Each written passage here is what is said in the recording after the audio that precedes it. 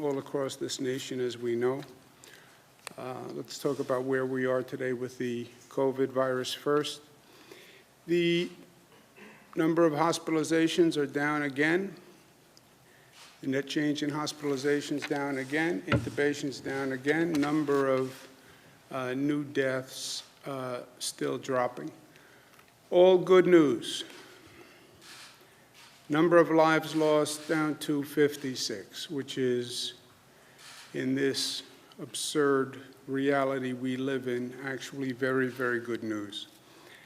There'll be a point at which the number of deaths can't get any lower because people will die of something, and COVID virus is very good at affecting those people who have other illnesses. But this reduction in the number of deaths is tremendous progress from where we were. And we have gone through hell and back, but we are on the other side. And it's a lesson for all of us. Last night, as I said, was an ugly night all across this nation. It was an ugly night across this state.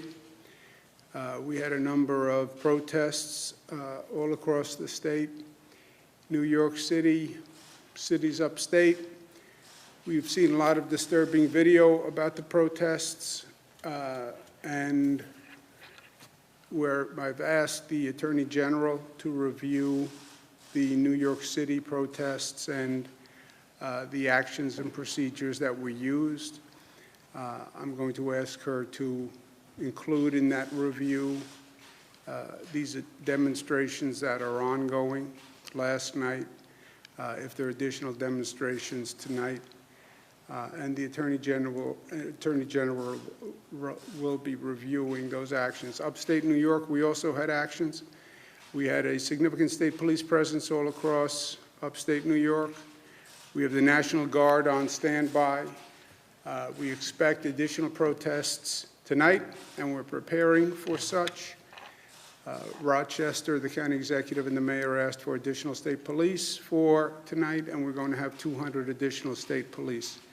But look, the big issue is people are outraged, and I understand that. I'm outraged. It's not just George Floyd's killing, although that's enough to outrage a nation. It's George Floyd, it's Ahmaud Arbery, it's Breonna Taylor, all just in the past 3 months. It's 30 years of Rodney King and Amadou Diallo and Sean Bell and Abner Louima, and the same case in states all across this nation, where only the name changes, but the color stays the same. You then had the first press conference by prosecutors looking at the Minneapolis situation that frankly raised more questions than it answered. And the real issue is the continuing racism in this country. And it is chronic, and it is endemic, and it is institutional. And it speaks to a collective hypocrisy. We're very good in this country at telling other people how they should live their lives and how they should act, how we preach a high standard, but we still discriminate on the basis of color of skin. That is the simple, painful truth. But this is a moment for truth. Now, at the same time, it is equally true that violence never works. How many protests have we had? How many nights have we gone through like last night? How many times have we burned down our own businesses, our own neighborhoods, and our own communities? Burning down your own house never works and never makes sense. Burning down your own struggling businesses, people who are trying to bring back the community, never makes sense. It dishonors Mr. Floyd's death. Mr. Floyd was not violent. Mr. Floyd was compliant. Mr. Floyd wasn't even charged or accused of a violent crime. There was no violence. That's what makes the killing more outrageous. When you are violent, it creates a scapegoat to shift the blame. It allows the President of the United States to tweet about looting rather than murder by a police officer. It allows the federal government to politicize what's going on and to come up with theories blaming the left and the extreme left, which only furthers the politics of division.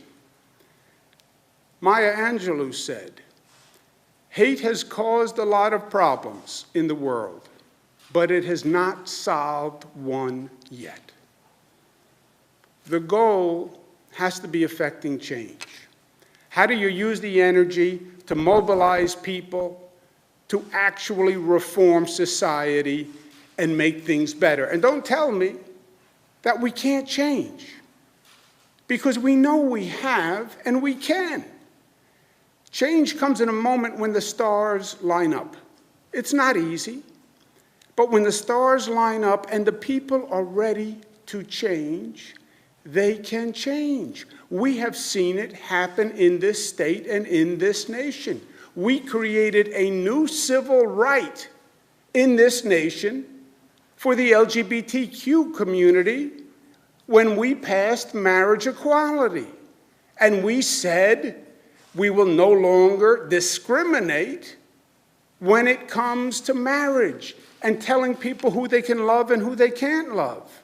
After the Sandy Hook massacre, when people saw the madness of an assault weapon killing children, we passed common sense gun reform in this state after decades of trying.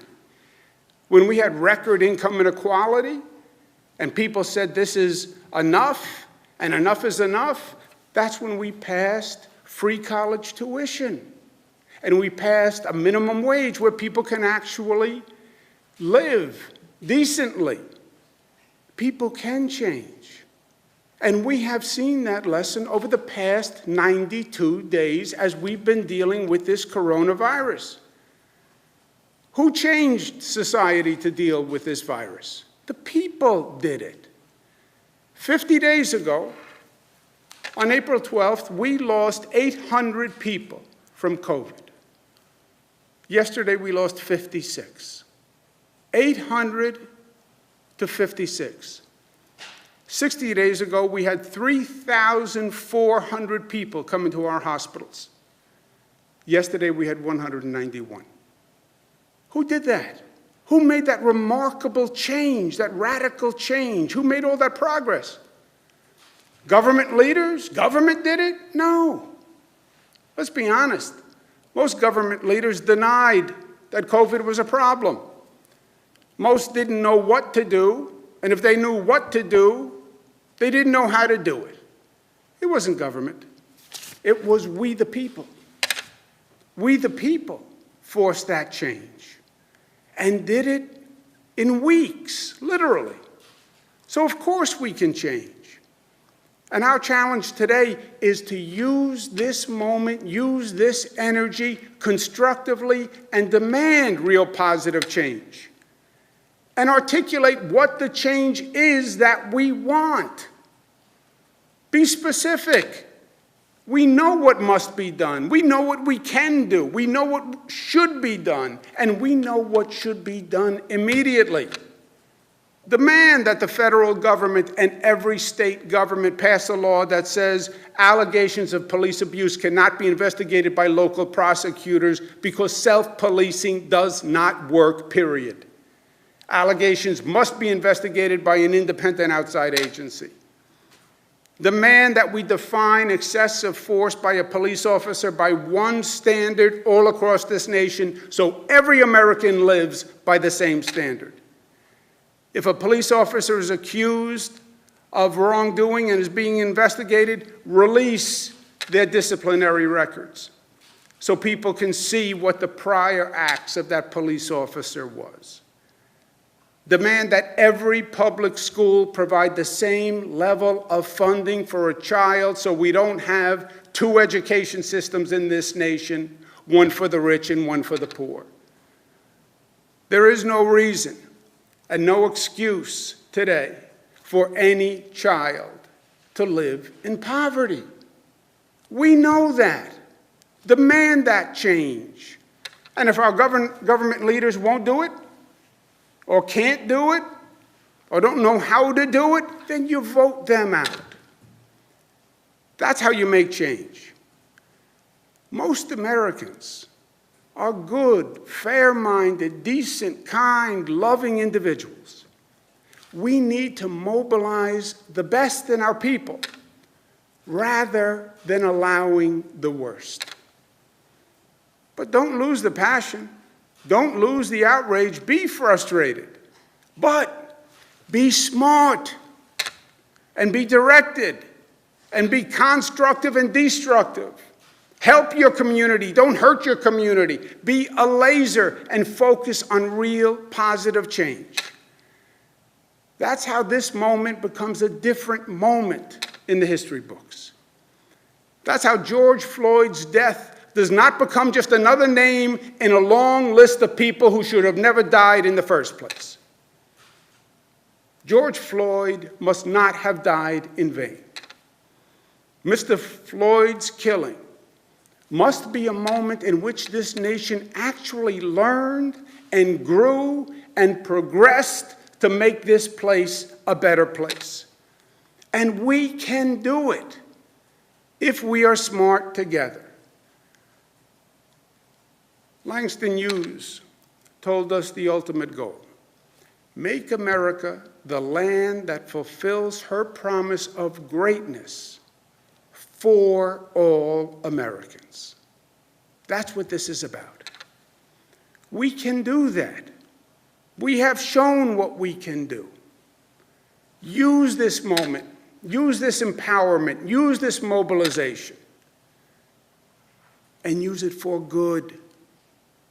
Use it for good.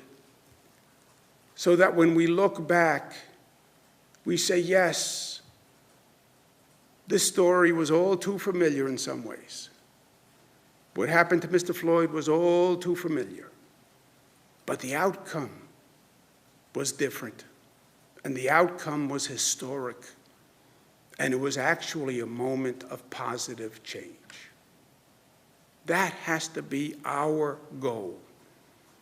All of us, from the angry young protesters on the street, frustrated, energized, lashing out, to government officials on both sides of the line, to the police officers, 99.9% of them who are good, hardworking people who are trying to help their community.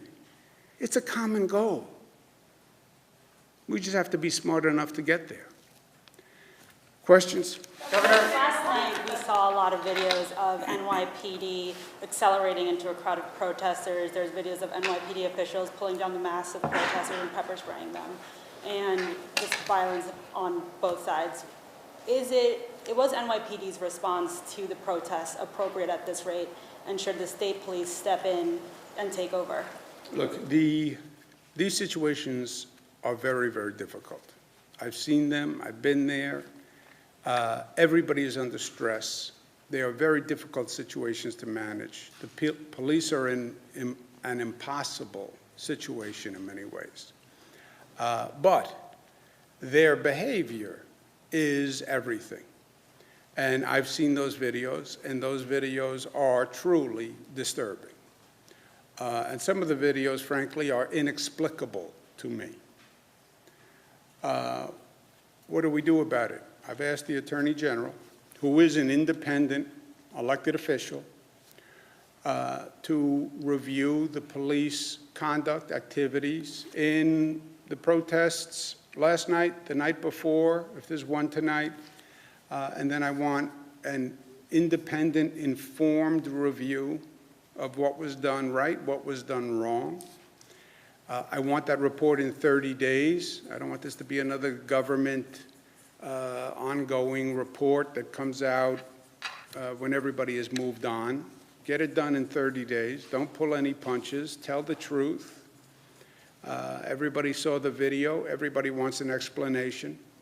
And let's get the explanation from the Attorney General, and let's make it informed and smart, but let's get it done quickly. That would be in 30 days. What about tonight? What about tomorrow? Well, look, tonight, the NYPD, I've spoken with the mayor. He understands the situation.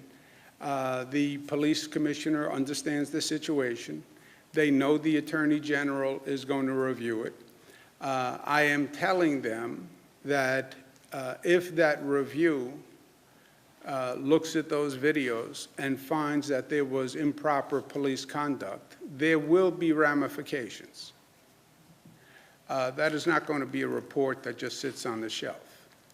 This is a moment of reform. I'm not going to judge it on just what I saw on the video, right? As I said, from what I saw in the video, I think it's inexplicable. But maybe there is an explanation, and there's always two sides. The Attorney General will talk with the police, let's hear what they have to say, and then we'll make decisions. But if there was improper behavior, there will be consequences, period. Period. You know, people deserve answers and accountability. As I said, I think one of the problems in Minneapolis was people saw the video of the George Floyd killing, and then the prosecutors got up and said, you know, we have to look, we have additional evidence, we don't know what it is.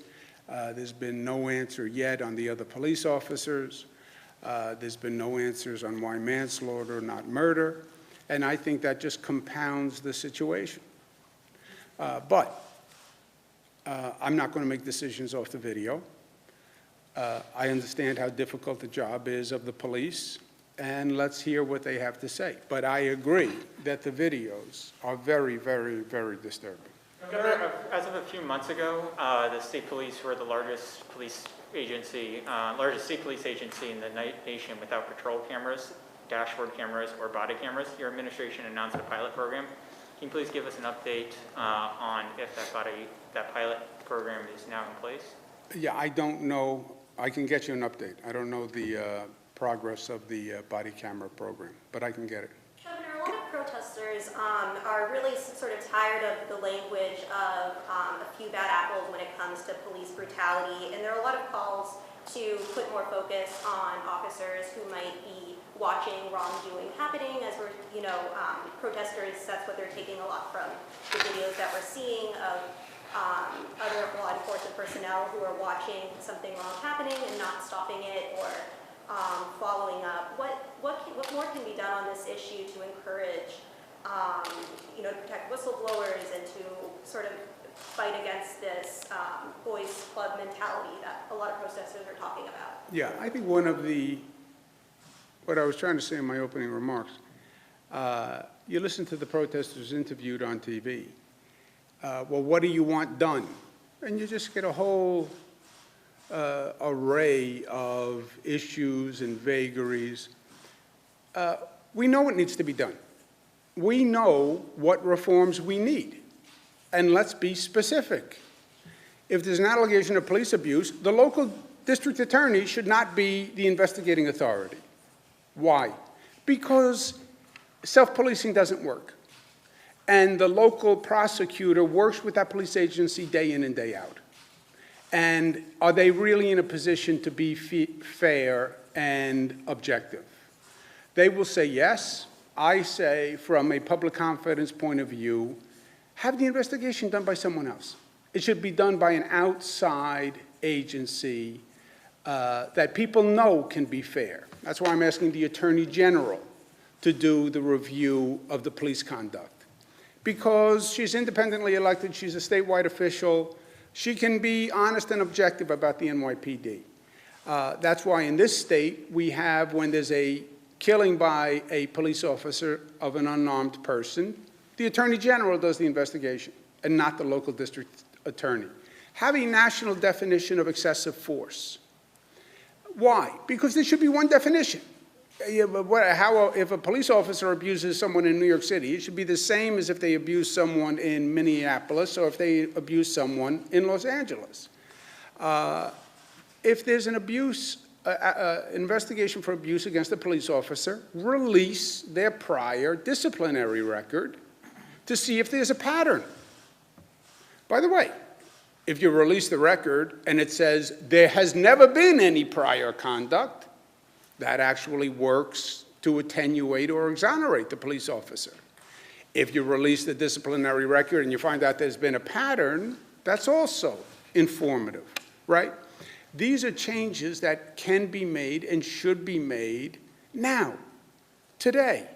Not cursing the darkness, light a candle. This is what we want done. And be specific, and then say to your Congress people, I want this law passed, and then say to your mayor, I want this law passed, and then say to your governor, I want this law passed. And if they don't do it, then say, I'm going to vote you out. That's how this works. And people win at the end of the day when they're focused and mobilized, and they are focused and mobilized today. I would even go further. I would say, now is the moment to say, I want equality in education. This is ludicrous and repugnant that you have some school districts that spend $36,000 on a child's education and some school districts that spend $13,000 on a child's education. How do you justify that the children of the rich get a much better education than the children of the poor? How is that fair? How is that fair at all? Well, you don't understand. It's hard politically to do that. Well, I understand it's hard politically. I also understand it's the right thing to do. I understand that. Well, the political system, too bad. Then elect a new political system. That's what I say. That kind of reform can be done by political will. How can you justify any child in America living in poverty? How can you do that? Any child. Well, it's hard politically. I understand it. I've been battling these things as governor. I would welcome an empowered citizenry that says, yes, we demand equality of education funding. I would welcome it. I proposed it every year. I can't get it. Be specific about the changes you want made and focus that energy. Make it a laser and actually effectuate change. How does George Floyd become different than Rodney King, than Abner Louima, than all these cases, 30 years in my lifetime, 30 years of the same basic situation? And what changed? Nothing. Nothing. Governor, a lot of the people. Go ahead. A lot of the people that we've been speaking to over the last 2 weeks feel that the government is at fault for their situation, specifically people in poverty, with what's going on with the pandemic, because a lot of people were forced out of work and now they're waiting for unemployment, and it's been 3 months and they haven't gotten any money.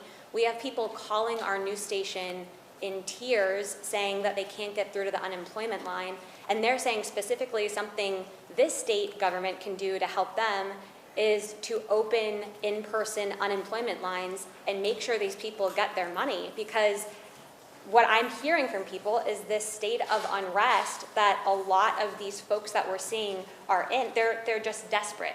They were already poor. Now they were forced out of work. Now our unemployment system is backed up. They can't get through. So they don't just blame police. They blame government as a whole. I understand. You're right. And they do blame government as a whole. And this is a very tough circumstance for everyone. And look, it's not a coincidence that the unrest happens in the middle of the pandemic, right? Those are not separate situations. There's tremendous stress on everyone.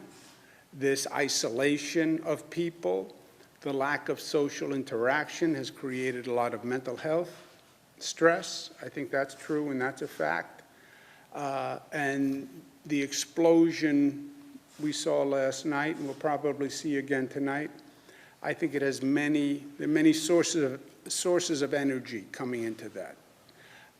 And what is the direct relationship between 90 days of close down and coronavirus and unemployment and fear and isolation, and then the George Floyd killing as an accelerant to an already highly stressful situation?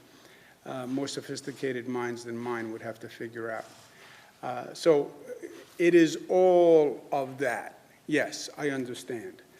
On the unemployment benefits, the state administers federal unemployment benefits. The federal government has many rules before people qualify for funding. We're not in a position to tell people line up and I will give you a check. It's not that simple. The money is not give anybody who asks funding. They have to meet certain criteria. The federal government has a whole list of criterion that have to be met before they can get the funding. Most of the people who are still waiting for checks now have issues that have to be reviewed or investigated. I understand this moment, but let's remember the next moment. You're going to be sitting in the same chair 3 weeks from now, and you're going to have the same indignation in your voice when you say, how did the state give out $100 million wrongfully in unemployment benefits, who defrauded the government and actually were living in wealth? How did you do that? You're going to have the same indignation. Okay. Promise me. Because you said before that some people were defrauding the unemployment system. People can't get through just to get basic questions answered, to see if they qualify. They've made their full-time job trying to get through to unemployment.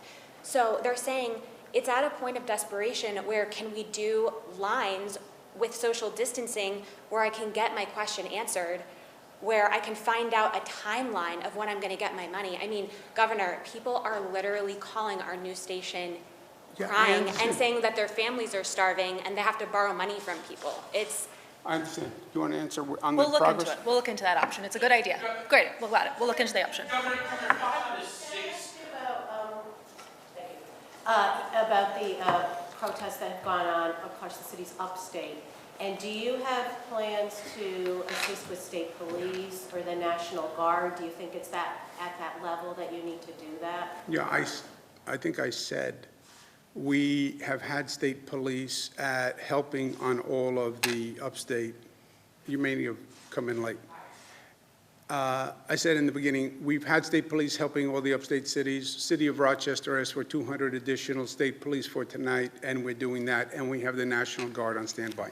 One more, Mr. Campbell. So what are those 200 state troopers that are going to Rochester? What is their role going to be? And also, at what point do you step in and take some sort of statewide action, a curfew, deploying the National Guard, something like that? Yeah, I have the National Guard on standby. Any place that needs additional help where the local police can't handle it, we have National Guard and we have state police. We've had state police helping all of the upstate cities, and that worked well enough. I mean, it is what it is, but we've gotten them all the resources they need. For tonight, Rochester's asked for 200 additional state police. We'll do that. Any other city that asks for additional state police, we can provide that. If we need more than the state police, then we have the National Guard. But it's just making sure we have enough resources to address every situation. And we take our clues from the local officials and the previous behavior. And the only city right now that says they need help is Rochester. Mark, you have really the last one. You have a point? There are actually a few other cities that we're talking with about some protection for tonight. In Buffalo, we're going to be deploying 150 troopers, and then we're working with Syracuse and Albany. They're still figuring out what they think that they need to harden their infrastructure, but as the governor said, we've been communicating with the county executives and with the mayors all morning, and whatever they need, they'll get. Is there a point where you implement some sort of statewide curfew? A lot of cities are implementing curfews right now. Is there a point where you implement one statewide?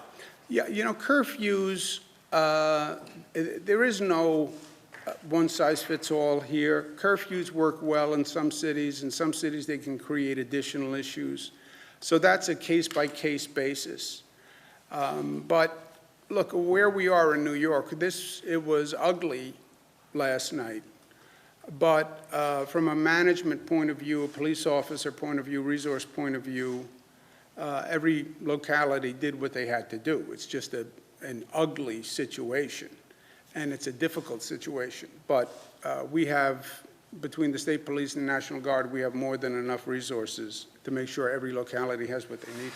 Mark, last. Thank you. I didn't want to break the momentum of all these other, because I have a question a little bit off topic. Well, I mean off topic from what they were saying. Yeah, but it's not their topic that matters. Right? Everybody has their own topic. When do you think the time will be ready for the state workers to head back to their offices in the state workforce? I understand it's all regional and it's, at the right time. And as you're reimagining New York, how does that relate to state union contracts? Is that why the state workforce is without a contract today, because you're trying to reimagine things? No, the reimagining has nothing to do with the contract. Excuse me. Rob, you want to talk about the state offices open with that regional opening? Yeah, right? And the state offices have been, as we need more employees in certain areas for certain things, for parks, for example, and those employees have been operating. As far as the offices specifically and office-based, those are being ramped up as we put out protocols. They will follow similar protocols to what we put out for phase 2 for offices. But there are also a lot of workers who are actually teleworking, and that's functioning. So that's in place. But if the state worker feels more comfortable being at that person's desk in the building, is there a way of, and they're not comfortable being at home, is there a way of getting that person, a request being made for that person to go into the office with safety in mind, of course? I mean, I'm not... What we're going to do is make sure that workers come back when the offices are safe, when we set up the social distancing protocols, when we have it in place so that everyone can be safe with all of the protections that we need to have. So not individual for an individual employee, whether or not they have a preference to be home or be in the office. We're going to make sure that the offices are safe, all the protocols are in place uniformly, and then the workers will come back to the office. But a lot of them, again, are working from home. Along with the phases. So as phase 2 comes in, that's when. So right now is when we're doing that. Okay, it was a long night. It was a long night. Get some rest, and hopefully we have a better night tonight.